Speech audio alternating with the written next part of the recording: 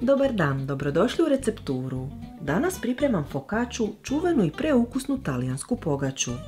Izvana ima finu hrskavu koricu, iznutra je savršeno mekana, a dodaci poslagani po vrhu daju joj odličan okus i aromu. U ovom videu ćete naći sve detalje i savjete kako je lako napraviti.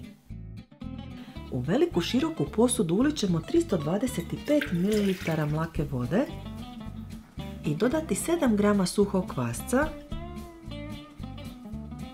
pa promiješati. Zatim ću uliti malo maslinovog ulja, otprilike 2 žlice, te dodati prstohvat soli.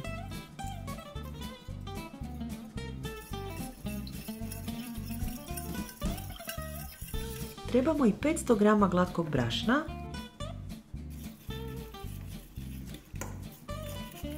kojeg sipamo u 2 puta.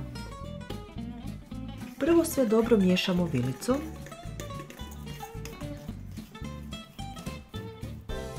a onda ručno treba umjesiti tijesto.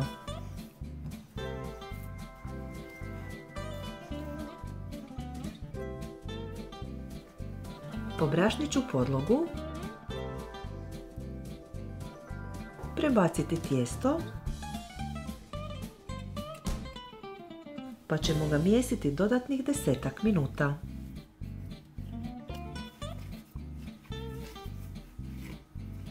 Od tijesta treba napraviti kuglu, pobrašniti je i pokriti je prozirnom folijom.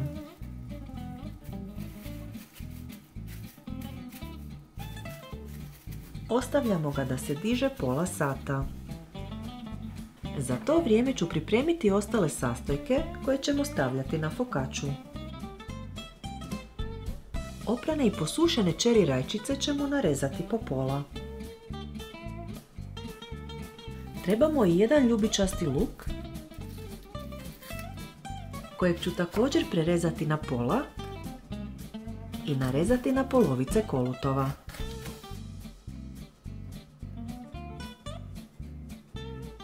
Uzela sam i masline bez koštica koje ćemo narezati na kolutove.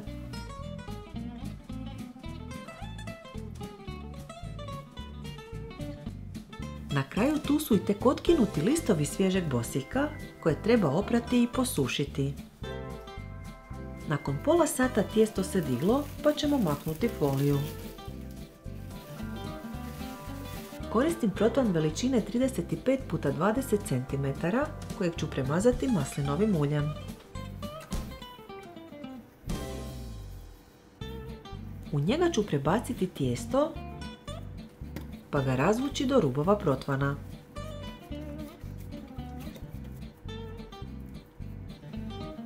Zatim ga treba zaliti s oko 4 žlice maslinovog ulja te prste utiskivati što dublje u tijesto da se pojave mjehurići.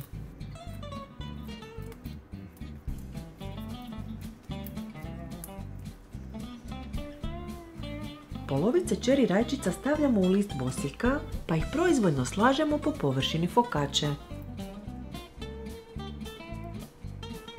Prije nastavka videa pozivam vas da zapratite naš kanal jer ćete nam tako najbolje pomoći u snimanju novih recepata. Zatim stavljam ljubičasti luk te na kraju narezane masline. Uz focacciu inače odlično ide i ružmarin, no ovoga puta nisam imala pri ruci. Protvan ćemo pokriti čistom krpom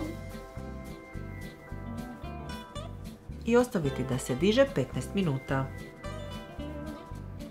Sve se lijepo diglo, pa focacciu stavljamo peći u zagrijanu pećnicu na 200 stupnjeva 25 minuta. Nakon pečenja najbolja je dok je još topla, ali bit će odlična i kad se ohladi. Ako vam se dopao ovaj video, dajte nam like i ostavite komentar, te ne zaboravite zapratiti naš kanal i stisnuti zvonce kako bi dobili obavijesti o novim receptima. Sve naše recepte možete naći i na web stranici receptura.com. Bye!